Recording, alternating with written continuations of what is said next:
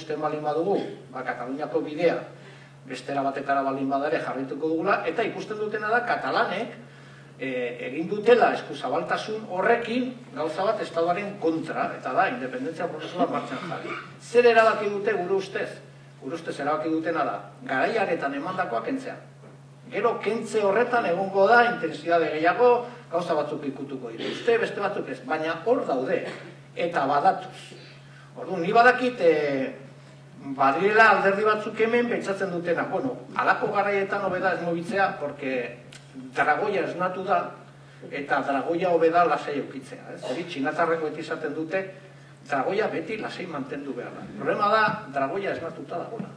Eta lasai egonero ez badatorrela. Eta guk esaten duguna, horren aurrean, herri honek hausnarketa bat egin behar du. Eta hausnarketa serio bat egin behar du. Eta egin behar du hausnarketa oso zintzoa. Eta da, nola gauden, zein garrakin ikusten geran, eta zer egin nahi dugun. Eta guk uste dugu hori dela orain egin behar den eztabaida. Nazional mailan, baina kasu honetan tokatu zaigu 3 probintzietako parlamentuan egitea, eta aprobetxatzea hori egiteko. Niretzat hori da funtsezkoa orain, zintzotasun lasaitasun guztiarekin. Baina esan, guk nola ikusten dugu estadua? Estadua badator. Estadua badator. Zer gertatzen da momentu honetan, estaduak zer ikusten du parean? Parean ikusten duena da, bueno, alderdi politiko ezberdinak Euskal Herrian ez daudena baturik, bakoitzak bere estrategiarekin eta bar, eta uste du momentuz jokatu dezakela horrekin. Eta guk horren aurren esaten duguna da, bueno, estadua baldin badator, guk nola egiten dugu aurre estadua. Eta ez dugu planteatzen iraultza boltxebikia egitea. Esaten duguna da, jenik eta behin jarri gaitezke ados diagnostikoa. Badator edo ez dator. Eta baldin badator zer kenduko digu. Eta guk esaten dugu, kenduko digu aldun guztia. Usten badiogu. Hori galdetu nahi ezun, estatu badator diozunean, zer esan nahi du horrek? Rezentralizazio hori nola marraztu dezakegu? Zer argazki? Nik uste dut, beraiek ere oraindik ez dakatela argazki kompleto, baina lehen aipatzen duen, borroka armatua bukatzen denean herri honetan, nolabait ere estadua galtzen dula barne etxaia, denetarako baliozun barne etxaia. Eta pasatu ditu urte batzuk, ez zuen aurkitzen hori, eta horregatik krisia oso latza izan da estaduan. Eta guk askotan kartzelan pentsatzen genuen, nunbaitetik atera behar du barne etxai berri bat, eta pentsatzen genuen, agian islamismarekin egiten du, agian termino xenofoboetan egiten du emigrazioarekin, ikusiko nola egiten du. Orain aurkitu du. Orain ja aurkitu du. Orain barnetxaia berriz ere gu gea eta katalana gea. Osa, katalana gea. Hori da barnetxaia. Buru jabetzaren aldeko movimendua. Eta orduan, horrekin zein du, rearmatu egin da, eta egin ditu gauza batzuk kontuan hartu beharrekoak, ez? Eta da, kontrarreforma bat martxan jarri du. Guretzat, eta honetan igual pixka luzatuko naiz, guretzat erregeak diskurso egiten duenean, kontrarreforma bat martxan jartzen du. Eta ateratzen den seriotasunarekin, ateratzen den argazkiarekin eta bar, eta disiplinatu egiten du bloke bat. Eta disiplinatu egiten du Espainiako ezkerra ere bai. Eta esaten du, hemen denak nire atzean. Eta horrek ekartzen du, 155aren aplikazio. Bueno, hori orain arte ez zuten egin dute. Eta beraz, bueno, ematen du, beraientzat funtzionatzen dula. Hori lehen ez zaukaten, baina hori ja bada karta bat badaukatena. Aktibatu dute gerra ekonomikoa. Atera dituzte hainbat enpresaren egoitza soziala Kataluniatik. Eta esan diote jendari, kontuz egiten ez zuten, porque pobretuko da ekonomia. Gero hori ez da hain egia, nokezurrela, baina berdin da. Prozesatu dituzte independentistak, kartzelan dituzte. Orduan, hori da egoera benetazkoa. Zer egin dute? Egin dute prezioa jarri askatasun prozesoi. Beste prezioa jarri diote. Sedizioa, hau, ez da inola itzedido, rebelión sedizion, 20 urte, horra eraman dute beraiek apostua. Orduan, guk egiten dugun hausnarketa da, bueno, estadua rearmatu egin du bere posizioa. Bere helburua zein da, regimena mantendu. Eta horretarako uste dute guri gauzak kendu behar dizkigutela.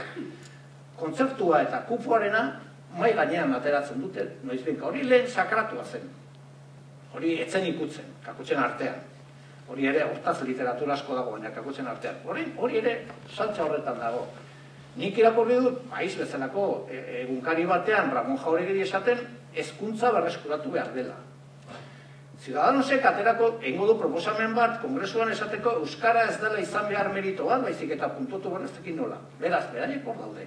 Zein da arazoa? Arazoa da, Ciudadanos bezalako alardi batek konturatu egin dela horrek botoak ematen ditula. Eta beraz, ez da geldituko. Orduan, horren aurrean, guk egiten dugun hausnarketa da. Hori guztia horrela baldin bada, eta ez gaude oso oker, herri honek badu arazo bat. Eta beraz, hitz egin behar du arazo horretaz, parez pare, bildurri gabe, esateko, haue badatoz, zer egiten dugu. Eta guk horretan proposamen bat egiten dugu. Egin behar duguna da, lehenik eta behin, Estadoaren aurrean interlokuzio nazional bat garatu. Guk uste dugu, momentu honetan, ezin daitekela jokatu alderdikoi Estado horrekin. Baizik eta harri bezala. Baina hori aspaldi esan dugu eta aspaldi defendatu dugu. Eta guk uste dugu, momentu hori heldu dela. Kapaz izango gara hori egiteko ere ez dakit. Gu borondate osoa daukagu horretarako eta horretarako egin dugu proposamen hori. Esan duguna da, edo herri honek aldatu egiten du bere harreman eredua Estadoarekin, edo gure eskubideak beti izango dira flotanteak. Emango dizkigute, kenduko dizkigute, interpretatuko dute erabatetara, ero bestera, eta guk egiten dugun hausnarketa da, ez alda garaia ja guk gure bizitzan gure erabaki propioak hartzeko. Hau da, gu herri bezala tratatu gera adin txikikoak izango bagineteke bezala, ero ez gaituak bezala, tutelatu egiten gaituztez. Horren esaten duguna da, hori aldatzen ez den bitartean, gaizki pasatuko dugu, eta alegin horretan gaudez. Alegin horretan baina, azalpenak ematea ere komenigarra izaten da. Askotan halako dokumentuak iristen direlako, batzorde batera, hainbat eragileren gana, baina herritarrek ere ulertu alizateko, aipatu izan duzu gainera, proposamen honek nolabait beste proposamenak ere barne biltzeko alegin bat ere egiten duela. Alderdikeria nolabait alde batera uste ere aipatu duzu, proposamen honen ardatzak zeintzuk dira? Guk badakagu funtsean hausnarketa bat eginda eta da helburu bat jarrita ez. Eta da, herri honek bere harreman eredua aldatu da. PNV bere proposamenean esaten du nahi duela eredu hori aldatu zen eredu subordinatu batean bizi gara. Eta gu posten geda hori esateaz, porque hori horrela da, egia da. Eredu subordinatu batean bizi gara. Eta beraz, Estatuak erabakitzen du gure partez, eta hau guk nolabait ere simpleki esan da, esaldi batean esaten dugu, ez? Alor sozialen esaten duguna da, guri kentzen digutena beraiek eramate dute. Guri lapurtzen digutena beraiek eramate dute.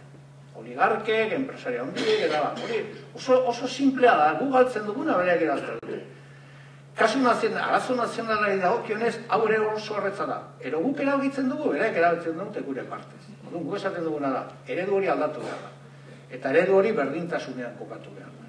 Eta eredu berdintasunetik berdintasunera itzein behar. Hau da, burujabeak izan behar gara. Burujabeak ez geran bitartean hemen ez dago blindatzerik ez. Ez eskubide sozialik, ez eskubide nazionalik. Eta beraz, hori da guk egiten dugun proposamena. Proposamen hori eginda dago akordiorako. Zer eta guk gauza bat esan behar dugu argi eta garbi, gu independentista gara. Guretzat edozein marko ez dena independentzia beti ere behin-behiniko izango da. Beti ere. Igual iraungo du 7 mende, baina guretzat behin-behiniko izango da.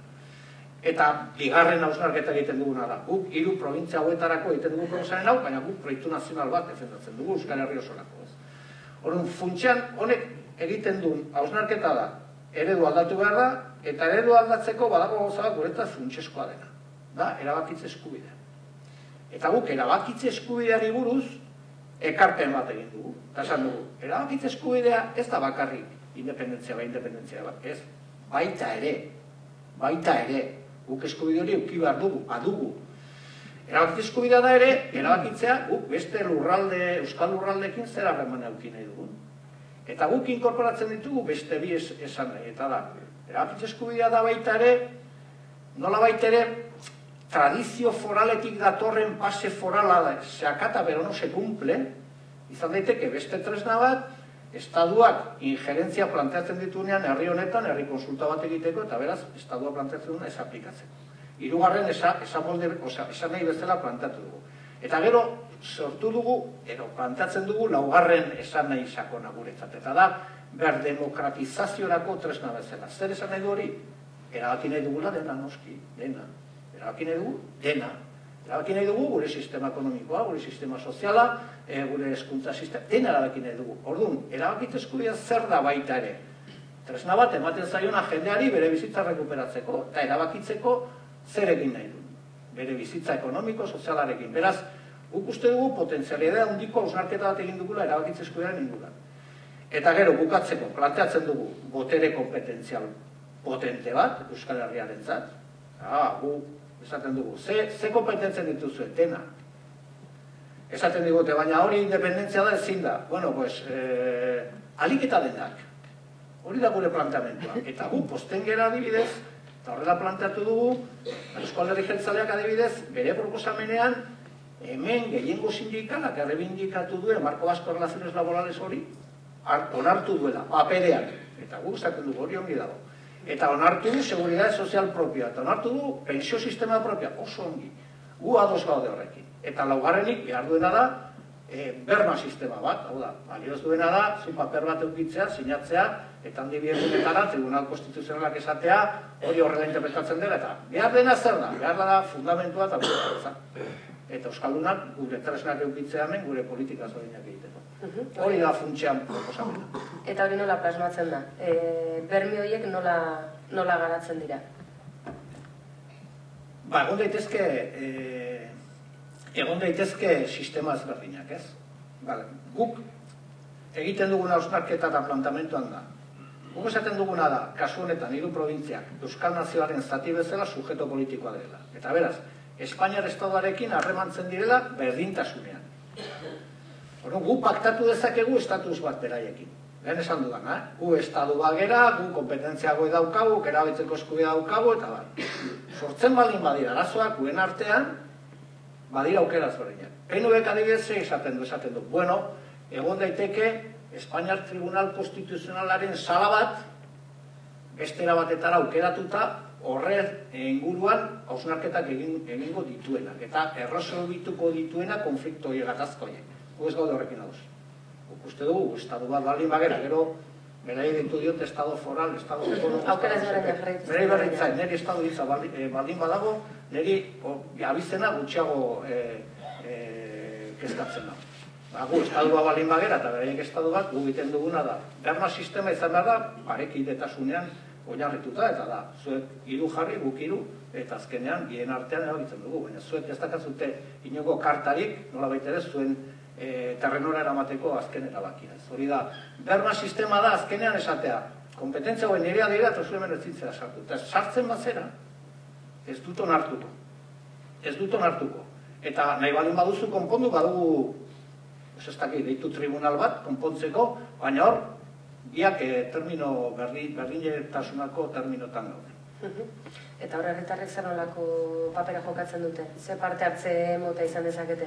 Guk egiten dugun planteamendu horretan, esaten duguna da, gatazka bat dagoenean, interpretatzen dugu gure erabakitze eskubidaren hirugarren atala, eta da, imaginatu guk hezkuntzan ehunetik ehuneko kompetentzia daukagula, guk hori eskatuko dugu.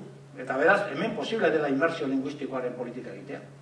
Gurizko gon behar dela. Eta estadua planteatzen du horren inguruko injerentzia. Injerentzia horren aurrean guk egiten dugun planteamentua da. Bi aukera daude. Bata da, tribunal paritario horretan eztabaidatzen dugu, baina gero konsulta bat egiten dugu jendeari. Eta esaten dugu, bueno, estaduak injerentzia plantatu du, gu ez gaude preso nartzeko. Zuek esaten zute. Ez badute, jendeak esaten badu, ez dugu onartzen, eta ez dugu aplikatzen, eta punto eta gun, base foralaren modernizazio bat planteatu egiten dugu. Hori da, pixka bat gure planteatzen dugu filosofia.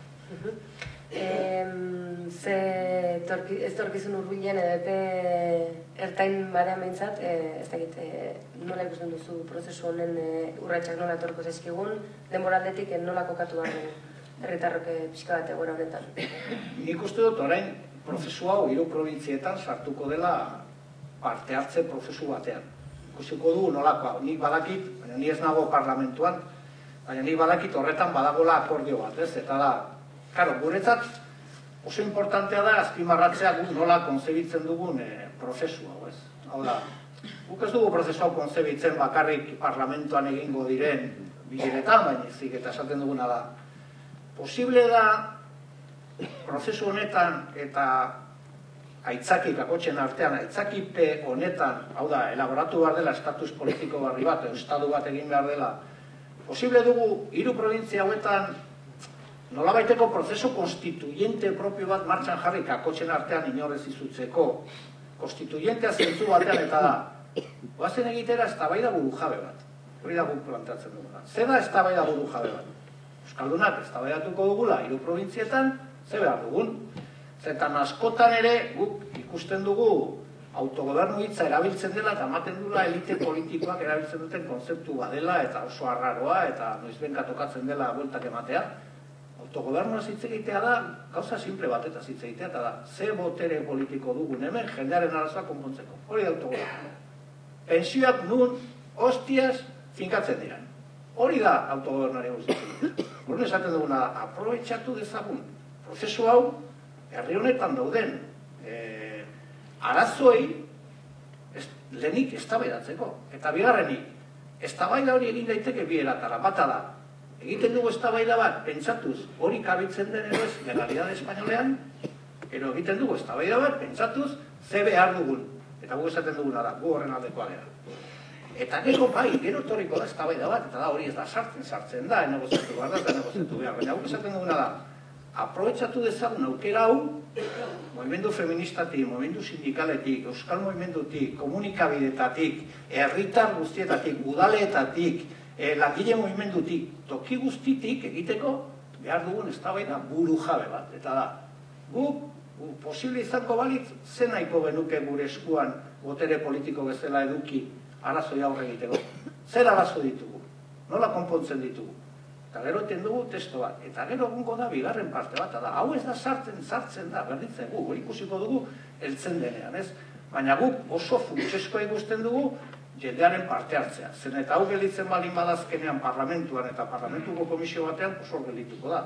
Eta guk nahi duguna da ongi ulertzeko akordioa egungo balitz estatus baten inguruan guk eraman nahi duguna Madrilera da, kasu honetan 3 probintzietakoa da, baina da proiektu nazional herritar bat, herritarren babesa duena. Eta beraz, ez dena alderdi politiko jakin batzuek adostutako zerbait baizik, eta herriak eraikitako zerbait. Eta beraz, Madrilen aurrean hori jarri nahi dugu, ez? Horregatik guretzat zen funtsezkoa, eta jarraitzen du funtsezkoa izaten konsulta loteslea egitea. PNV kendu du hori, bere proposamenatik. Baina guk egiten dugun proposamena da, Madrila jun baino lehenengo jendea parte hartu bat. Herri proiektu bat egin behar du. Kasu horretan 3 provintzietan, herri proiektu bat egin behar du. Eta gero herri proiektu hori jendea bozkatu behar du. Esan behar du ados nagoen, ero ez. Eta gero goaz Madrilera, hori da pixka bat gure plantaretan. Zergatik edo hori, Eusko Alderdi Jeltzaleak, ustez? Bueno, a ber, arrazoi teknikoa izan du da, esatea hori ez dago artikulatuan, hori dela prozedimentala, ez? Bueno, onartu dezakegu, ez? Borondatunarekin guk dena onartzen dugu, ez? Baina garbi dagoena da, konsulta hori ilegala dela. Konsulta hori egiteko estatuaren baimena behar duzula, ez? Eta estatuak ez du baimenik emango. Guk ez dugu estatua ikusten alako baimenik ematen. Hori ez badu ematen, takagu eztabaida bat, eta da ze egiten dugu. Eta nik uste dut, Euskal Alderdi Jeltzaleak horregatik hori kendu egin duela. Ikusten duelako lehenengo fasean ja estatuarekin txoke bada torrela, ez? Eta guk esaten duguna da, bueno, alternatibak bilatuko ditugu, baina, bueno, horretaz hitz egingo dugu, baina nik honetan ere lehen aipatu duzu, ez, pedagogia egitearen aldekoa garela, ez? Eta esaten dugunean, estatuak ez du utziko egiten, eta beraz, PNVek nahiago du kentzea, zen eta bestela, arriskuan jarri daiteke gauz asko, eta txoke horretatik, txoke horrek ondoriak eukiko ditu da. Nik bai uste dut, tokatzen zaigula egitea independentistei, ezkerreko independentistei ere, eztabaida hau zintzotasun guztiarekin. Zintzotasun guztiarekin. Porque orain arte paperean nolabait ere eskema funtzionatzen zituzten, ez? Bueno, Madrilek ez ezaten du bagoaz. Baina guk Kataluniatik ikasi duguna, ero ikasten ari garena da gauza bat. Ikasi gauza asko ikasi ditugu, eta gauza asko egin dituzte oso ongi. Eta hau da, estatuak lehen aipatu izan dut, erregimena salbatzeko arma batzuk berreskuratu ditu, baina beste gauza bat egin duen. Eta izan du da, disidentzia politikoari prezio jarri dio. Osa, Barcelonako boltsan ja prezioa jarrita dago. Hau egiten baduzu, hoi urte dira. Erogetaman, depende rebelioa da, o sedizioa. Esan edut, nik uste dut, nik konfiantza osoa dakat herri honetan, eta beti izan diz baikorra, eta jarretzen dut baikorra izan den. Baina esan edut, halako eztabaidak egiterakoan, ezin ditugula eztabaida hauek despejatu arrez. Osa, ezin da izan, PNV berriz ere beldurtuko da, eta beraz, baina kontuz, osea, halako prozesua martxan jartzen baldin badugu, estadua etorriko da denekin. Orduan, herri hau prestatuta egon behar da horretarako. Orduan, esaten duguna da, gauzak tentukin egin behar dira, inteligentziekin egin behar dira, jakindazkenean etorriko direla, baina esan edudana da, nik uste dut arduraren garaiare heldu zaigula guztioi, ez? Eta jendea ez da engainatu behar. Katalunian eduki dute arazo bat. Eta arazoa izan du da, pentsatzen zutela, eta askoz kritikatzen dute, ez? Pentsatzen zutela estaduak ez zuela horrela erantzungo. Eta zitzuztela kartzelara eraman. Guk, beti ere, konbendio bat eman diogu, eta da, kartzelara zoazte. Badakit ez dela lagun batek eman dezaken konbendiorik onena, baina da, kartzelara zoazte. Eta esaten genion, eta auditzi nazionalera ditzen badizute, gu konbendio bat ematen dizugu, eta da, gu beti eramaten genuen, €1, hortza garbitzeko zebiloa, eta gutxienez hartzeko kit minimo batekin. Ez zuten sinisten. Eta asko kritikatu egiten dituzte esaten, zein osoak dira, ez, guk esaten guna, demokratak dira, zuek pasatu dezute 40 urte esaten, violentziarik gabe, dena posible dela, eta sinistu ditute. Eta bien konturatu dira, ez horatzela. Eta orduan, esaten duguna da, estaduak hor, jokatzen ari da, oso gogor, orduan, ze ikasi behar dugu horretatik ere bai. Hona etortzerakoan eta egiterakoan diseinu bat, estrategia bat, estaduak prezio hori jarri duela. Eta beraz, ezin dugula gauza hauek frivolitatearekin planteatu, eta badakigula zer datorren, ez? Horrek ez du esan nahi ez dela egin behar. Esan nahi duena da, oso zintzoki egin behar dela eztabaida hori da esan nahi duena. Txoke hori goizala berandu egon edo gertatuko litzatekelako, aliantzak herritarren arteko sareak Katalunian behintzat oso agerian geratu da, hori behar beharrezkoa dela. Eta pentsatzen dut, proposamen honek oinarrian ere horren beharra duela derrigorrez, hori nola ikusten duzu? Guk oso argi ikusten duguna da, lehen egin du planteamendu, ez? Eta da, guk pixkat kezkatutan geunden, gaude, ez? Ikusten dugunean, hainbat eta hainbat borrokaldi batzutan galtzen dutela perspektiba nazionala, ez? Eta nik uste dut Kataluniak zerbait erakusten baldin badu dela benetan estadua erantzuten duela bortizki eta benetan estaduaren nola baitere katebegi ahulena dela arazo nazionala. Eta hori da, askotan hemen eztabaida batzuekin sorpresa sartzen duguna, ez? Osea, estadua saltatu du Katalunia independentzia aldarrikatu dunean. Kartzelaratu dituzte omen burgesiaren ordezkariak direnak. Baina kartzelan daude. Horrekin guk zesan nahi dugu. Betidanik esan duguna, ez? Euskal Herrian azkenean aldaketa sozialaren motorea arazo nazionala da. Eta estaduarentzat hori da katebegi ahulena. Hortik bai ez direla pasatzen. Estadua prest egon daiteke pensioen inguruan 0,05 izan beharrean, 1,2 izatea. Bueno, hori borrokaren bidez lortu daiteke. Estadua soportatzen ez duna da, bere buru jabetasuna eta batasun nazionala kolokan jartzea. Eta beti izan da horrela. Eta orduan, Katalunia berriz ere hori frogatu. Orduan, guki esaten duguna da. Hemen kapaz gera, batasun herritar baten bidez, aliantza herritar baten bidez, movimendu sindikala, herri movimendua, instituzioak, udaletxeak instituzio importante bezala, alderdi politikoak, eta gaudenak, aman komunian ibilbide horri bat adosteko, ero beraiek jokatuko dute asko zer erretzago. Eta horretan gu, alderdi politikoekin ez ditugu nola baiteko eskusio edik egiten. Gu, proposamen hau, PNV egiten dugu, Podemos ere bai, inongo arazorik gabe. Baina esaten duguna da, hori baino gehiago izan behar da herri proiektu bat, ez? Eta konstiente gara momentu honetan parte hartzea hula dela, momentu honetan ilusioak ere ez dira oso handiak herri honetan eskarmentu handia dagoela, sufrikario handia dagoela, oraindik baitugula preso pila bat kartzelan eta bat, baina momentua heldu zaigu da, tokatu zaigu partida jokatzea hau da, ez dugu guk erabaki dute.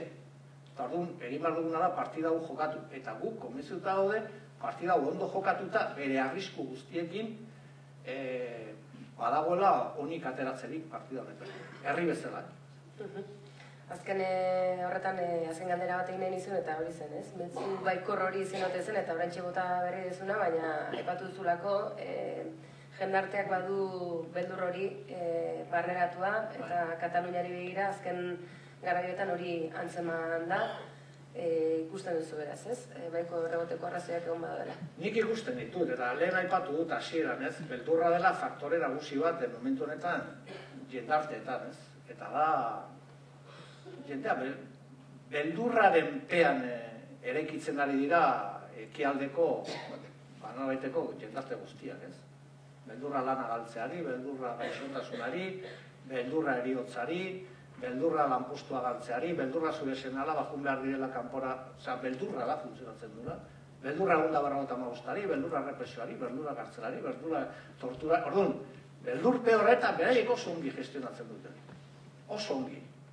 Eta hau herri eskarmentatua da, ez hautzen ditu, oza, badaki zertarako kapaz diren, ez? Baina nik baikortasunez ikusten dut zergaitik, porque askotan nik uste dut herri honetan badaukagula arazo bat, eta da, ez konturatzea ze txikiak garen eta ze gauza handiak egiten ditugu. Porque zuk ikusten gaituzu eta gera nazio zahar bat, oso txikia, apenas 3 milioi biztanle ditugunak, 2 estadu parean ditugunak, egurrean pasatu duguna gure historia, egurrean, pasatu duzu, joder, eta hemen gaude, eta bigarren indar politikoa geha, eta ez dute gurekin bukau. Eta orain krisian dagona da bere estadua, ez? 40 urteetan mantendu izan duten hori dakate orain arriskoan nahi.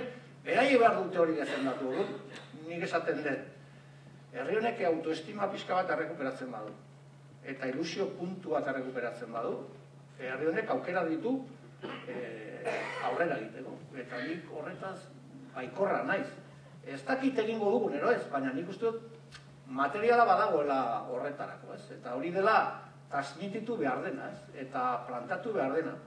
Lasaitasun guztiarekin eta zintzotasun guztiarekin. Gauzak ez dira erretzak, eta, bueno, parean ditugunak badakigu zeintzu diren, baina nik uste dut ezker independentistari momentu honetan askotan tokatu zaion bezala historian zehar, tokatzen zaiola gauza bat, eta da ardura historikoa.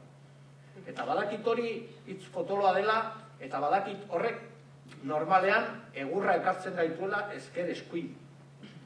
Esaten dutelako beti zaudete proposamenak egiten, beti zaudete akordioak bultzatzen, beti zaudete ez dakiz zer, eta hemen ez dago zer egiterik, baina guk esaten duguna da. Parean daukaguna ikusten bari badugu, eta hartzen badiogun neurria, hemen dator egoera oso zaiba ez dut dramatizatu nahi, ez gaituzte fusilatuko, momentuz. Ez dut uste ez da epela burre hartainen ez. Baina badator regresioa, eta orduan, guk egiten dugun plantamendua da, oso simpleki esateko. Gu jokatu dezakegu termino elektoraletan. Hori horretza da.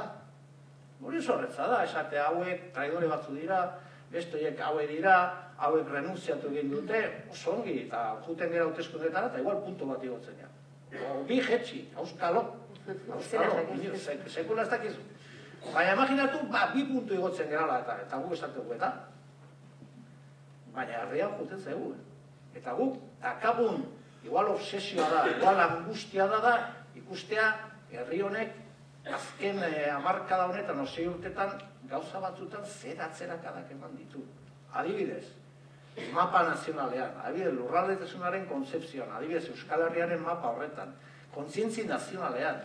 Osa, pixkanaka ikusten ditugu, nola horretan, ez, goaz, urtzen, ez, despolitizatzen, aurten ez dago selekzioaren partidurik, bueno, da beste detaile bat, printzipio eta baloretan, hau, orain, esango diate oso futboleroa naiztelako, eta tontakeri bat dela. Baina ez da tontakeri bat, printzipio eta balorekin zerikusia daukalako. Gu, futbolzalea garenok, zuek imaginatzen duzute horrek dela, 25 urte euskal gazte bat, diruagatik, utziko zula euskal talde bat, diruagatik, eta esango zula, ni diruagatik bat noa beste toki bat. Eta ez da beraren narrua, ez da beraren narrua. Hori da, sektore konservadorek herri honetan egin duten, eraiki duten jendartea, eta hori dira baloreak. Eta balore honetan herri honek ez du etorkizunik.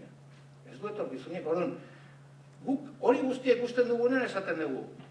Hemen ezker independentistari, ezker soberanistari tokatzen zaio, berriz ere, akotxen artean, motxila gainean jarri eta esan nahi zuen. Herri hau, juten ari zaigu. Juten ari zaigu. Eta lagma guztiak piztu behar dira. Esaten du dramatismo egabe, esaten du lasaitasun guztiarekin. Baina hori gertatzen ari da. Eta horren aurrean, gauza guztien gainetik, herri honen etorkizuna, herri honen nortasun nazionala, gauza guztien gainetik. Hori guk ez badugu egiten, inork ez du egingo. Eta beste agente asko egon daitezke, hau pasatzen utzi eta pasatzen dute. Eta nik berriro diot, oso horretza da, oposizio egitea da, gozari munduan dagoen, gozari berretzena. Baina nik egiten dugun galdera da, fase historiko honetan, guk igo nahi dugu hauteskundeetan eta irabazi nahi ditugu. Baina neurketa ezin daiteko hori izan. Zergatik guk ikusten duguna da, herri hau, duten ari zaigula, eta guk ezka horrekin esaten duguna da, guazen patioa mobitzera, eta uste dut, askok pentsatzen zutela jungo ginela berriz ere hiru probintzietako parlamentura esatera, hau, ero bagoaz, eta nik uste sorpresa hartu dutela. Ez gaudelako fase horretan, eta beste fase batean gaude. Eta beste fase horrekiko koherentea den proposamen bat egin du, hori da gu pentsatzen duguna. Bide horretan, ze pentsatzen dute hemen areton dagoen asko rentzako nezkero ezaguna izango delako, gure esku dago bezalako ekimenek, berala hortxe bultan dugu, ekaina aldera, beste ekimen bat. Egia da, arrakasta handia izaterean duten ekimenak direla, oraingo honetan, Arabizkia eta Gipuzkoan egingo dena. Bai, nik uste dut egon dela hor eztabaida bat batetik lotua lurraldetasunarekin, eta beraiei dagokie hori azaltzea. Baina nik logika batean ikusten dut kate hori, eta logika da egiten duzula hiru probintzietan, eta lotzen duzula hiru herrialdeak, eta bukatzen duzula parlamentuan, eragin nahi duzulako hor egiten ari den eztabaidan. Bestela ez du zentzu ondirik, hau da, bestela egiten duzu kate bat Euskal Herri osokoa, ez? Nik uste dut hori dela. Niretzat, gure esku dago, badu garrantzi bat, ez? Badu garrantzi bat herri bezala eta herri ikuspuntutik zentzu batean, eta da, lortu du herrietan ideologia ezberdin eta oinarri sozial ezberdinen arteko lan amankomuna. Nik uste dut hori Lizarratik etzela lortzen. Dago PNV-ko jendea, H Bildukoa, Podemosekoa, sindikatukoa, niretzat hori importantea da. Zergatik biltzen duzu jendea eta jende ezberdina herrietan eta helburu amankomun batekin da, konsulta bat egitea. Niri hori importantea iruditzen zait, alde horretatik. Bigarrenik, importantea iruditzen zait logistika bat egitea, kapaza dena herri konsulta bat antolatzeko. Eta demagun, hau da, adibide bat. Demagun ez digutela usten konsultabilitantea egiten. Frogatu dugu konsultak egiteko aukera ditugula. Ez da behar paktu bat estatuarekin, gurezku dago hori egin dezake. Kontuz egin dezake, baina kontuz lehen aipatutako egoerarekin. Hau da, momentu honetan hori egitea ez da doainekoa. Eta beraz, gauza hauek egin behar diren bezala, eta egin behar diren bezala. Baina horretarako ere baliogarria da. Guk askotan esaten dugu, hori ere oso importantea da, zen eta hor, azkenean herriz sare bat egiten ari da, badakigu nola funtzionatzen duten ordenagailuak eta programa informatikoak, badakigu hori egiten, badakigu papeletak egiten, hori importantea da, zergatik, agian egunen batean, egin beharko dugulako. Eta egin beharko dugu, estatuak ez digutela puzten. Eta hirugarrenik, nire ustez oso importantea da, momentu konkretu honetan egitea hiru probintzietan eta hor bukatzea, uste dudalako, herriak hor aukera bat duela, horretzat oso funtseskoa da kate hori masiboa izatea, esateko guk erabaki nahi dugu. Eta uste dut hori dela ekimen bat. Uste dut ere movimendu sindikalak badituela ekimenak egiteko, uste dut movimendu feministak ere badituela egiteko, uste dut gizarte zibilak ere badituela gauzak egiteko, herri honetan faltan botatzen dira ahotsu batzuk, intelektualen ahotsu batzuk, referente politiko izandako ahoz batzuk, esateko lehen aipatzen genuenaz, eta da, bueno, egoera hau da, egoera honen aurrean zer egin behar da, ez? Nik uste dut gauza guztiek mugituko direla hemendik udarara, ero gutxinez hori da guk daukagun asmoa. Bueno, pentsatzen zalantzak egongo direla. Eta espero dute parte hartzeko animo hori edukitzea, izango dizu gainera mikroa hartzeko aukera, tarte bat zabalduko dugulako, orain galdera erantzunetarako, berez eskatu eta gerturatuko zaizu mikroa.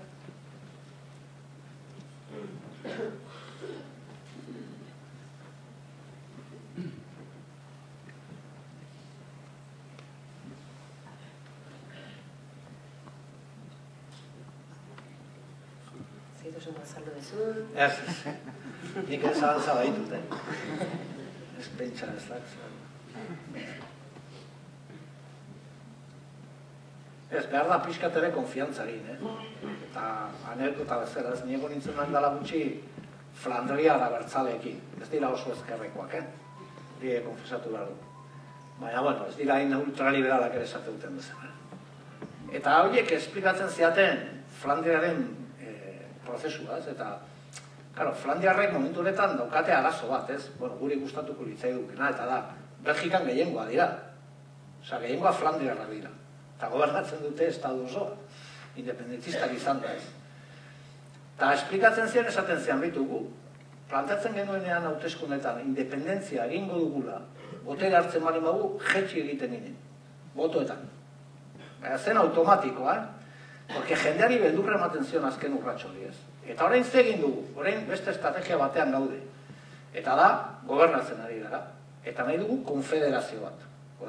Haien borroka momentu honetan da, seguridade soziala bitan banatzea. Gurea bezala, Porque seguridade soziala banatzen badute, praktikoki independienteak dira.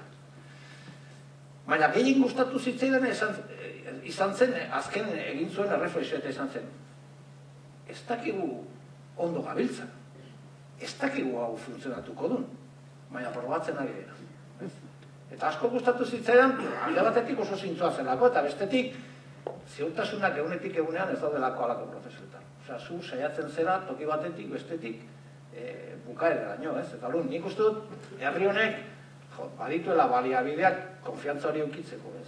Gero, porrotak eukiko ditugu, gauzak ez digaterako, eta bar, baina, bueno, nik uste dut herri honetan, gu badugula muskulu herritarra, badugu inteligentzia politiko nahikoa, eta, bueno, gauza frogatzen ari gera, irabazi arte. Ara.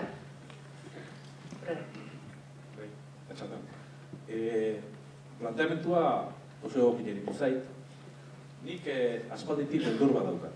Eta da, indar neoliberalek, bai PP, Ciudadanos, hemen ez daukatzen indar daukerik, PSOE eta PNV-ek, hiruren artean estatuto berritxo bat negoziatzea, beste 40 urtez transferentziak ezin pasaz egun gaitezen, Nafarroakin halako harreman berezi bat izango duen, eta bar, hango PSN ere sardu adin, eta beste 40 urtetarako estatuto atakila. Horri nola aurre egin, PNV-ek saltza hortan sartzeko asmoa bali badu, eta seguru naho daukan bai. Behitzat bizkaitarrak.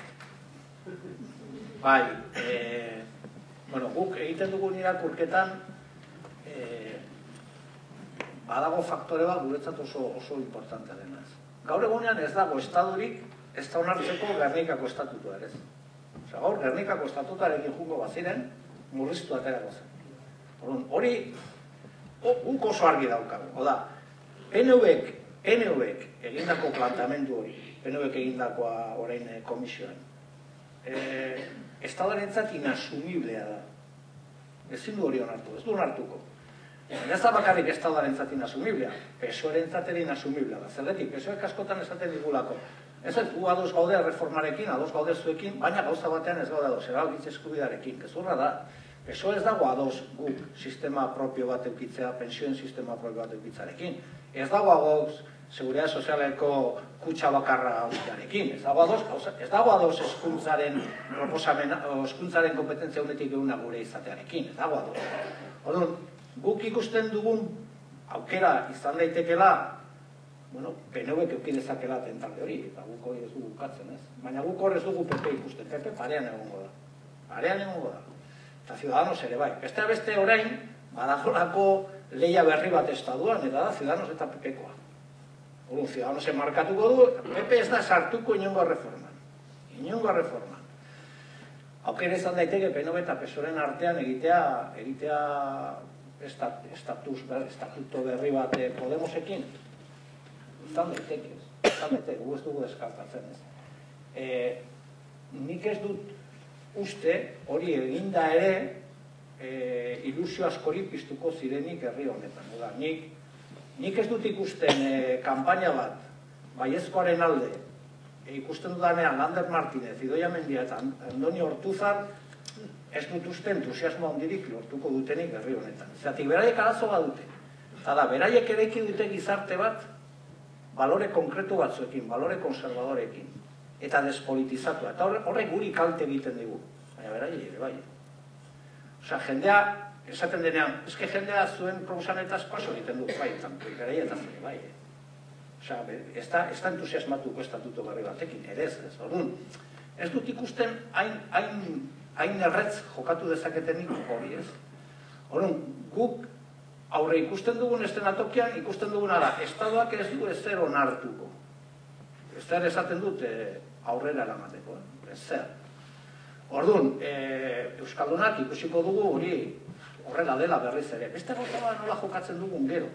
Zatik, zuk aipatu duzu zure beldurra, eta lehen aipatu dut, etengabean beldurra dela faktori nagusiena. Eta hori horrela da. Baina guk hori egiten badute, lasaitasun guztiarekin esango dugu, ez. Hala dauz. Ez gera hor egongo. Ez gera hor egongo. Zer lortu beharko genuke momentu, eta ez gaude ezezkoan, ez dugu nahi hori gertatzea, hori katastrofe bada herri honetan. Zabatu esan, ez. Horrek eraman gaitezke logika partidariora, ez da esan, hauek, eta esaten dugu beraiekin daudela, eta gara gu indartzen gara, baina herri hau ez da indartzen, orduan, gu ez gaude ezezkoan, gu baiezkoan nahi dugu, akordioan nahi dugu, segurazki ez da posible izango, ikusiko dugu, baina guk konfiantza dauka, estadua ez dago horretarako, eta estaduak ez izango dio formula guztiari. Horren aurrean, PNV ez egingo duen eta Podemos ez egingo duen, ikusiko dugu. Baina guk beti esaten dugu hau. Depende guk zer egiten dugu. Depende guk zer egiten dugu. Eta guk esaten dugunean, ez dut esaten H. Bildu ero komisio parlamentuan. Bakarrik, baizik eta zer egiten du movimendu sindikala, zer egiten du gazte movimendua, zer egiten du movimendu feminista, zer egiten du ikasle movimenduak, guzti horiek zer egiten dutenen arabera jokatuko dugu partida. Horiek ez badute jokatzen, tentaldiak euko dituzte, baina, eta bakiten roiatzen ari nahizen, baina, nik uste dut PNV-ek momentu honetan baduela kezka bat. Eta kezka da Ciudadanos, kontuz, horrekin jokatu dezakelako, eta esan dezake Ciudadanos eraiztoa dan, eta PP, orduan, ematen du, nahiko, ez? Itxurasoa dela, ez? Hori, arrisko hori badago. Baina PNV konturatu da baita ere, Ciudadanosek esaten dionean, los chicos de Sabino Arana tienen que saber que los privilegios se han acabado, ez duela txantxetan esaten. Orduan, nik uste dut, PNV-ek mantendu izan duela estrategia bat orain arte, eta estrategia oso garbia zela, zen, ni baditu 5 diputatu, 7 diputatu Madriden, jokatzen dut horrekin, gobernuak kendu eta nintzen ditut, ateratzen dute kompetentzia bat, finanziazio bat, eta bat, hori bukatu da. Nire ustez, hori bukatu da. Estaduak, joko horretan ez da sartuko. Horregatik esaten dugu, edo Madrilen aurrean, herri, interlokuzio bezala, planteatzen dugu partida, o alderdi horretatik edo alderdi ikeritik egindako negoziori bukatu da. Beste, ez daki lortuko duten ez, bueno, Marian hemen dago eta segurazki ni baino gehiago daki horretaz, baina zergatik Ciudadanos eta Podemos planteatu dute reforma electoral estatuan. Eta Aznarrek. EPek eta zuen ez daude ados porque les va mal en el negocio propio. Baina estatu ikuspuntu batetik hori egin nahi dute abertzaleak izateko pantxito bat, hori pantxito han, eta ez pintatzeko ezer. Hori, beraiek erabaki dute joku hori bukatu egin dela. Eta nik uste PNVk hori badakila. Orduan, bueno, ikusiko dugu partida nola jokatzen denez. Baina gu konfiantza guztiarekin jokatuko dugu partida. Agian gaizki aterako da, baina guretzat herri bezala jokatu gara partido. Bai, jakin behar dugu, edo badakizue baita ere, sektore independentista zenbaitetatik proposamen honek nolabaiteko espirantzak edo kritikak edo jaso ditula. Ez da, batak aipatzea rein galdera egin aurretik, ez?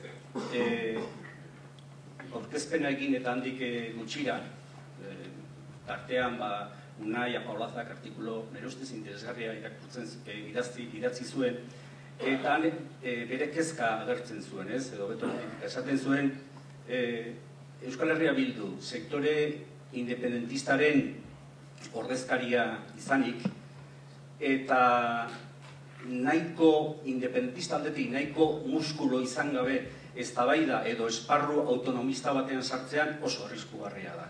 Gera daitekelako esparru autonomista horretan harrapatua eta sektore edo independentista izateari uko egin.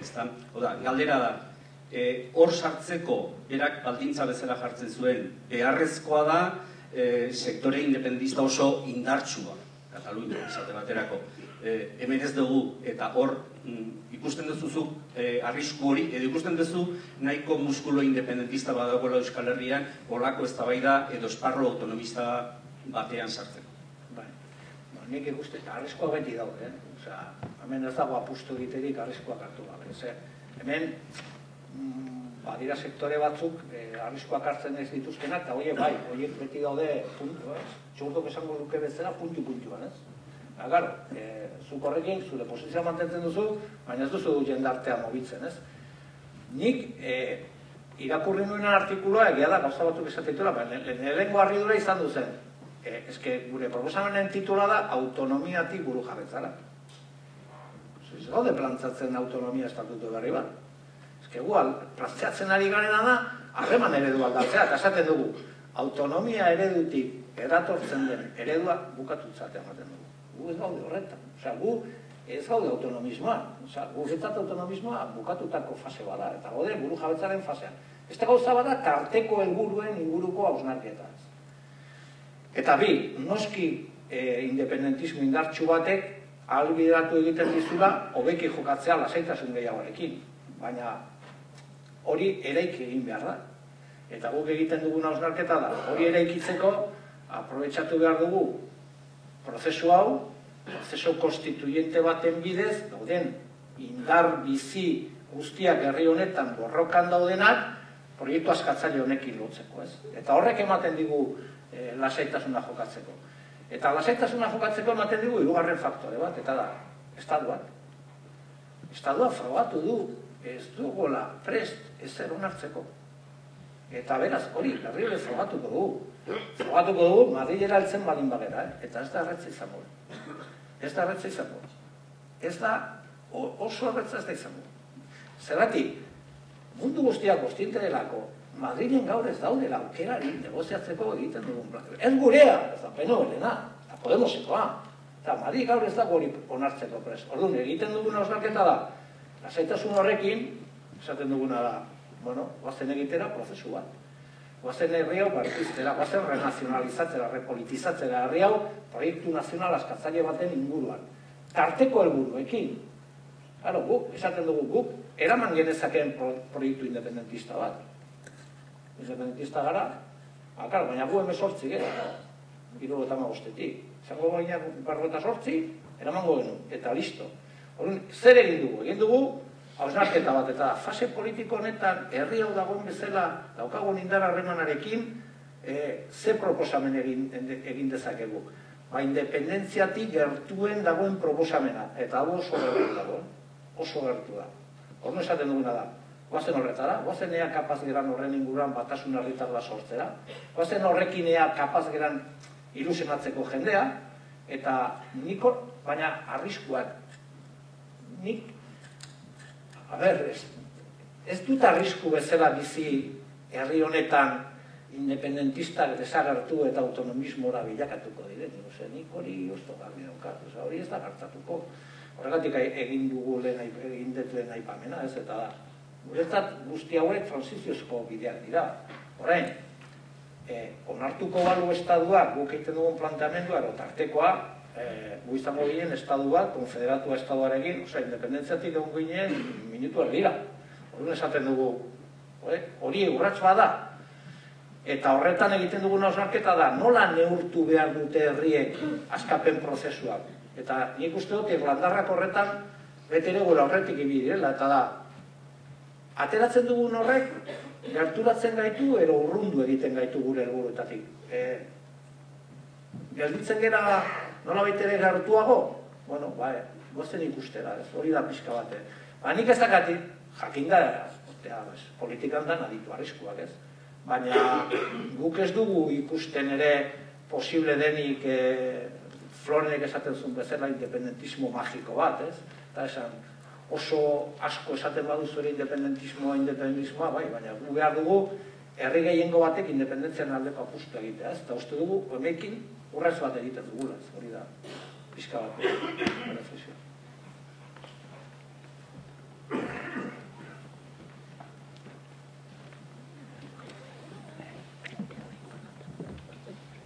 Beste galerarik, amai.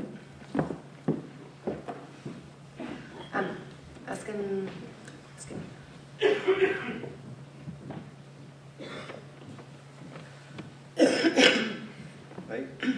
Bai, zita. Txalde hon bien. Irakorri izuna Arnaldo duela 10 urte oso kurioso egin. Gertuatu...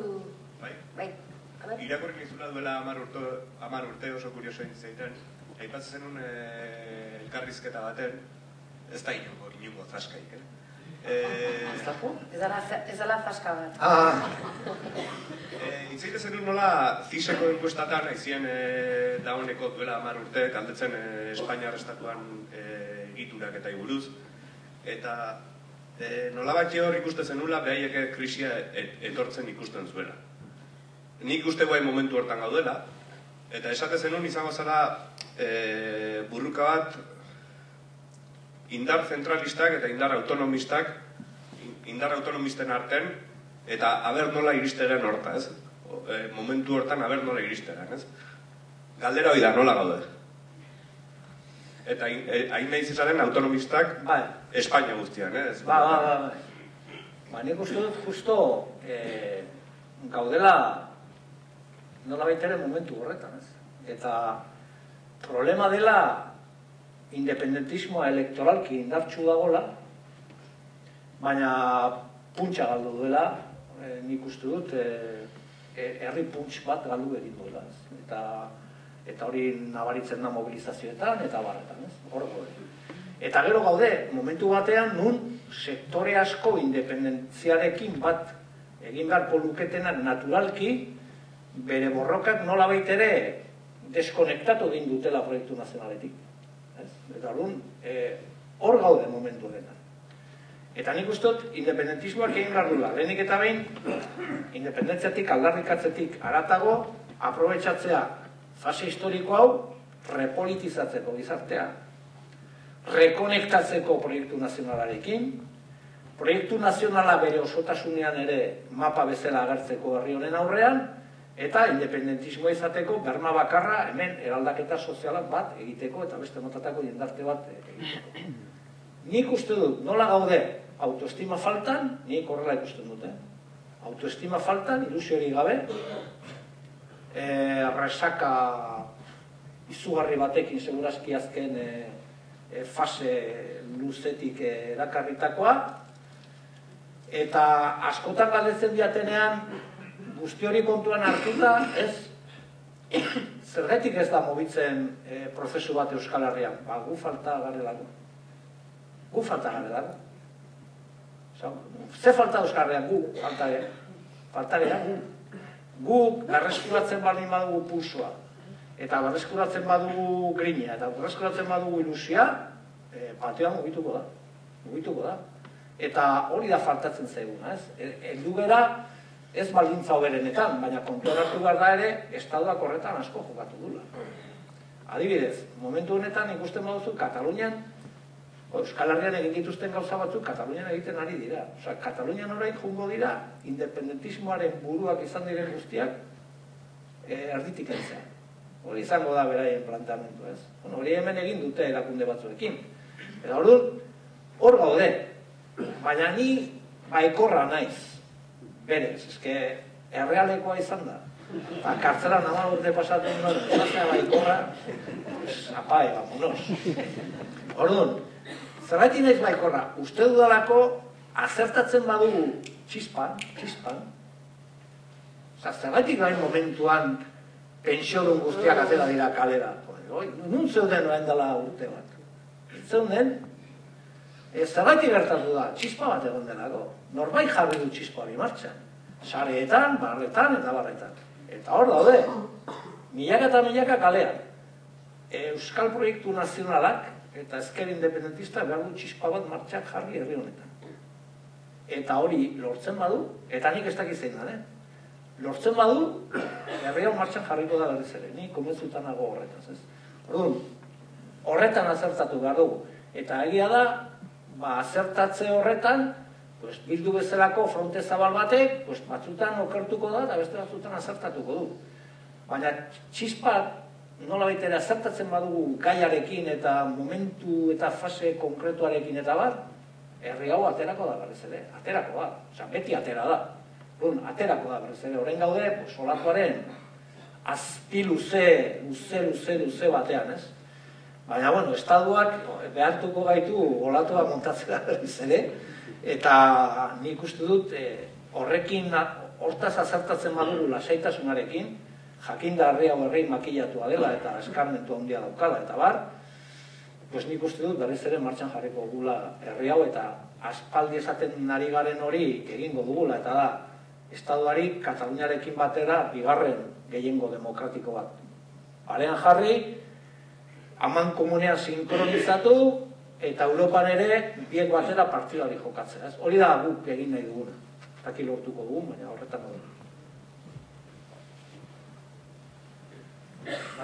Nik gehien bat, oso dago, irizkuseretan egitut Europa igual, honetan egin, eta berezi, Kataluniak... Txintzak sortu bat, Berez hasi. Bai, esaten nuen, indiken esposaketan Europan gaia, nire ustez ez dekela, hori ikutu eta gustatu guztiak ere ikuitzi, ezta?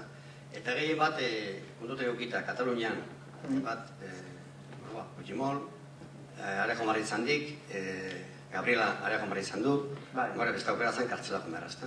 Baina, momentuz, bintzat, ez dizki Espainia ekarri, ez dizki estraditatu. Nola ikusten dega asunto guzti hori? Europatik ez Europako gobernotatik emezik emalo bizartea, eragilek, ezkerra... Nik uste dut, Europako eritzi publikoan, Kataluniak urrian batean egindakoak, kriston impactuak izula. Bai, Europako komunikabideetan, telebisteetan, eta barretan izula. Gero, gauza baretu egin dira. Beste gauza bada Europar Batasuna. Europar Batasunean Estatuak gaude. Eta Estatuak dituzte, hori Churchillek oso ondo esaten zu. Estatuak ez dute lagunik, daukate interesak. Eta beraz, Espainia Estatua da. Eta indartsua da. Eta baditu aukerak gauza baldintzatzeko eta bar. Orduan, nik uste dut, alde batetik esaten dela, Katalunia proklamatu zuen republika eta inork ez du onartu, ez, munduan, ez? Egia ere, proklamazioa ere izan zela alamuzkoa, eta izan zen azken momentuan, eta bar, eta guk eginda daukagu azterketa bat, eta normalean independentzia aldarrikatzen denetik norbait onartzeraino, pasatzen da denbora bat, eta urte batetako izan. nik uste dut beraiek esperantzak zituztela herrialde batzuekin. Izan daiteke Baltikoak, eta bat, bueno, gero gainera, espainolak esan dute, erosi dituztela herrialde horiek, adibidez, eta Lituania o Letonia erosi dute, pues, Espainiako armada gara eramanez, 2 abioi eraman dituzte, omen, Rusiaren eraso bat balin badago, Lituania defendatzeko, que Dios les pide confesar con todos los amigos españoles, fíjate la defensa ultranza que van a hacer del territorio. Baina, bueno, beraiek hori oso ongi landu dut, ez? Baina, nik gauzat esate zuen, nik kanpora juten zarenean, Espainiaren irudia oso kaskarra da. Oso kaskarra da. Osea, gauza bada esaten dutena publikoan, pribatuan beste gauzatu esaten dute.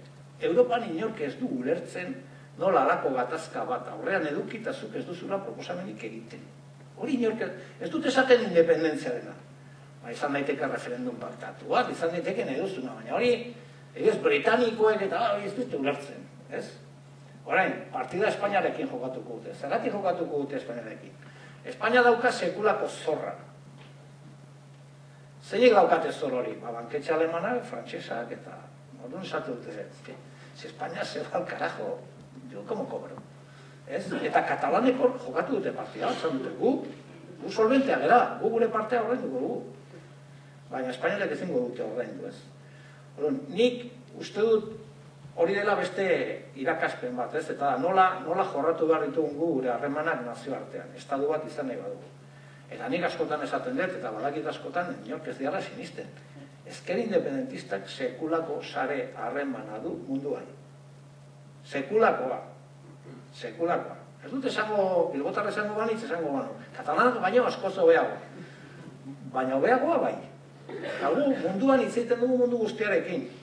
Eta beraz, guk landu beharko genukena da, Euskal Herriak alakurrez bat emango balu, nola baitere, beharko genuke estaduren batek, urratxa bat, porque estadu batek ematen badu, gauza aldatu egiten, batek, Hombre, baldin bada boteretxo asko zobetu.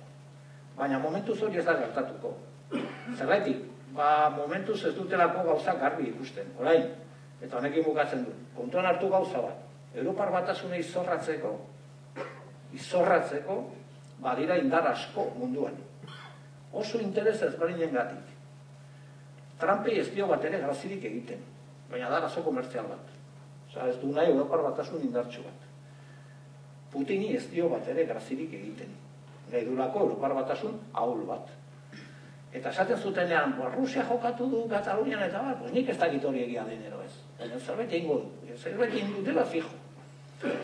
Eta gero daude beste herrialde batzuk, horretan ere interesa auki dezaketenak. Orduan, honekin bai bukatzen duela, nik esaten dut, zergaitik dira Lituania, Letonia eta Estonia estado independiente bat orain, eta Sahara eta Palestina ez.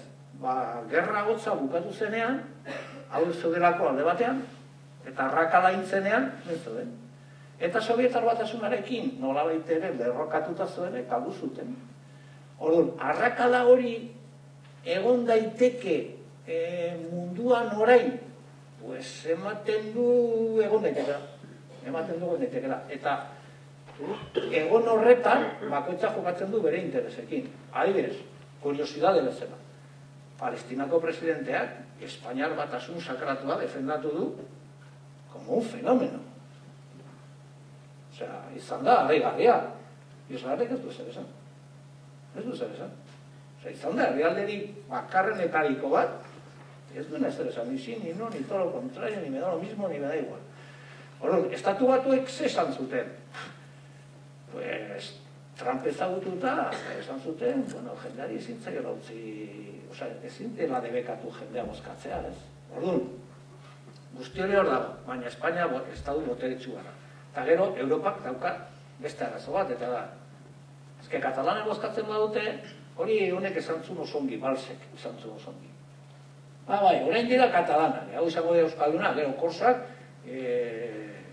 après le baz dino, ez? Euskalduna. Y après, esan zuen, la guerra. Orduan, karo, frantsesek esate dute, ostia, hau bozkatzen badute, gero nerizkatuko diate. Eske Alemanian, Bavierarekin eukien zertea arazo bat. Baviera bizi daiteke estado independiente bezala oso ongi. Eske estatu batuetan Kalifornia dago. Eske, esan nahi dut, orduan, Italian Liga Norte dago. Orduan, karo, hori Europan irekitzea, oso... Europan orduan, guk esan gerion, ez espero zer Europa herrialde batetik. Hor, badira batzuk, segurazki, landu daitezkenak. Nik komezutan dago, Baltikoak adibidez, landu beharreko, Nordikoak landu beharrekoak dira. Uste du, Belgika ere bai. Guk egin behar dugu lan hori, guri tokatzen zaigunean hori, gutxienez herrialde bat egon dadila munduan, esateko onartzen zaituztegu. Eta zein da nire pronostikoa, egongo da. Egongo da.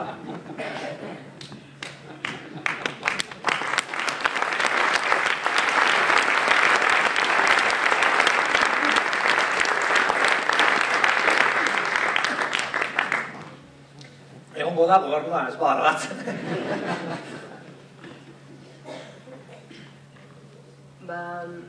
Ez dakit galderarik gatzen zaigun. Nezkeo azkena. Gabe, baina leheno ez zait ondo ulertu, ez ondo esplikatu. Kontu eda pixkat nahi nizun galetu Espainiako beste autonomiatan eta behaien arteko elkarlanen. Azkenen hemengo egoera, pixka dakigu, egia esan pentsiodunak lekzion bat eman digute, eta txispa hori kinte hemen bezala zaila da predezitzea ez. Baina, esan dizut, nola daude harremanak, azkenen Katalunian gertatu da bategai oso bakarrik sentitu diala, ez? Eman due bere prozesu aurrea, bialdu ditue 9.000 poliziarea, inditue, 6 tipo atxilot ditue, eta hor gehitzea da, ze kontestutan nola hongo gina ditziten gaur Euskal Herria enbido berdina eta momentu berdinen jokatu galuko, eta Andaluziak eta Galiziak da, ez? Dator pixkat, lehenko hasten Iruñan egon zan hitzaldi bat, Sánchez Gordillo, Beira, elkartu zian, eta jode, kuriosoa da, etorri ziala hiruak hitzaldia Nafaria gota, eta martxa indu, Nola daude? Gu baditu harremanak jende guzti horrekin, Ezker independentista badu harremanak, Galizian, Kanarietan, Andaluzian, toki guztietan, Eta nola, hori zen, guk hartzelan egiten genuen la reflexioa, Kataluniarekin batera Euskal Herria kapaz izan balitz. Hor dago berdina botatzeko, estaduak ja bi arazo edukiko zitu. Eta ja askoz ere zailagoa izango zitzaion beraiekin hori kudeatzea, Horrekin batera, egongo balitz ezker bat estaduan, benetan mantenduz bere posizioa autodeterminazioaren alde, eta horrekin sinkronizatuan, regimenak edukiko zuen sekulako arazoa. Ze gertatu da? Bere garaian Greziarekin gertatu zen, eta zen. Greziak eman zuen borroka bat, kriston borroka. Irabazizun, beldur guztien kontra, irabazizun referendum bat murrizketen kontra. Segurazki Txiprasek ere pentsatzen zuen galduin gozula, eta irabazizun. Baina bakarrik utzi denitu. Orduan, guk kartzelan egiten genuen hausnarketa zen. Baina jendea konturatzen han ematen ari den borroka ez dela Greziarren borroka bat, dela guztion borroka da. Horiek egiten badute atzera, guri ere ondoriak etorriko zaizkigu, Kataluniarekin gertatu da pixka bat berdina. Gu saiatu gara ezker independentista bezala hori auspotzen, baina egonda ere ura botatzen egon dena herri honetan, Orduan, ze gertatuko zen, gu komezuta gaude, estadu honek ezin diola aurre egin bisutei. Iruri imposible. Baina hori da egin nahi dugu, horregatik esaten dugu, guk nahiko genukena da, gutxienez hiru probintzietako parlamentuan, eta gero Nafarroa garaiako parlamentuan ere, tokatzen denean, bereek eragitzen dutenean, gehiengo demokratiko berriak planteatzea estaduari, eta jutea Europara partida berdina jokatzera, jutea elkar. Eta esan nahi zu, arazoa ez da Espainiak duela arazo bat Kataluniarekin, ez? Arazoa da, bereik direla arazoa. Hemen gaudela, herri ezberdinak, gehiengo demokratikoekin, eta bat. Segurazki ongo ginen beste gora batean, hori zio. Estaduak hori ezingo lukelako kudeatu. Hau da, beste, eraman ditu polizi guztiak ara, beste tokian zitulako behar. guri horrek pixka postu gaitu, postu esan nahi dut, hemendik ere eraman dituztenak, gutxienez, denboraldi batean, ez ditugu ikusten, ez broma da, esan nahi dut, beraiek erabaki dute denakara eramatea, eta zein izango zen guretzat estenatokiriko berena, Euskal Herria momentu horretan egongo balitz, ez dut esaten independentziaren plantamendu, Ibarretxe planarekin, momentu berean, claro, ya ez talbakor arazoa. Eta da, ja, bi frontei behar diola aurre, eta claro, hori zailagoa da. Hirugarrena, pizten baldin bazaio, definitiboa izan daitekez. Eta hori da, egin behar dugun lana, baina jendea beldurtu gabe. Osea, esan gabe, bueno, kontuz hauekin, porque haue badakigun lakoa diren, eta asko zere ahulago hongo ziren, seguru. Eta Katalunia segurazki republika izango zen.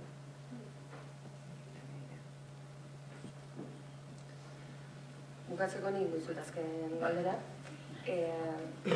Pensio buruz kasetazioa bi puntua izan dugu, eta halako topagunetan, kaso gazte belaunaldi batzuk ere faltan botatzen dira, baina egia da gaur egun gerra oza ez dakit, baina gaur egun Twitterreko gerra ikaragarria da, eta abiadura bizian mugitzen da dena, streamingare martxan daukagu, berez nahi duenak jarri dezake, garai horietan bizi gara, eta izugarria da baita ere elkargune sigla parlamentuetatik aratago personen erreferentziek ere zenolako pixu hartzen duten, ez? Atarian ekarri dizut Hondarribiko gazte batzuren talde, bai, ez gure partez, eta iasan harrituta gatu nintzen, emango diot. Eta esaten, gaurko hitzartzea, pixkat borobiltze aldera, zen mezu helaraziko zenuke, zebaki Twitterra ez dezula oso goko, baina gero erantzen dezu. Zen mezu igorriko zenuke, askotan azalpenetan murgiltzen gara, baina ze hemendikan zea eta behar da. Ze helarazi nahi dugu, edo ze helarazi nahiko zenuke, eta ezagit, gazte horiek gero Twitterretik elikatuko direnak, Facebooketik ze esango zen ere? Igual laburpen bezala esango nukena da, Euskal Herrian bai, Euskal Herrian posible da. En Euskal Herria sí se puede. Hori izango nuke, oso laburrean. Eta nik uste dut, horrek, nolabait ere, simplifikatu egiten dula guk egin nahi dugun. Hemen, haude aukerak, eta niretzat lehen aipatutako reflexioa da importante. Eta guri kentzen digutena beraiek eramatuta, oso simplea da. Guri kentzen dizkiguten xosak beraiek eramatuta. Munduan badira 8 tipo daukatena munduaren populazioaren erdiak duen diru berdina. Oso horretza da. Guk ez badugu erabakitzen, erabakiko dute gugatik. Guk ez badugu borrokatzen, inposatuko duten eduten guztia. Eta beraz, badakit zaila dela rekonektatzea, baina nik uste dut askotan hemen planteatzen denean, bizi garela oasis batean, eta galdera da, askotan esaten da ez, Euskal Herrian soldatarik hoberenak daude, eta hori esaten zut, izango da, zergatik, jainkoa jetxi delako esatera hori, baina horrek zer ikusi aukiko du herri honetan egin den borrokarekin, ez? Momentu sindikalak eta langile borroka egin dut borrokarekin. Eta beraz, nik gehien bat jende gazteari esango niok, ez? Betu, ez dakazute etorkizun oso ona.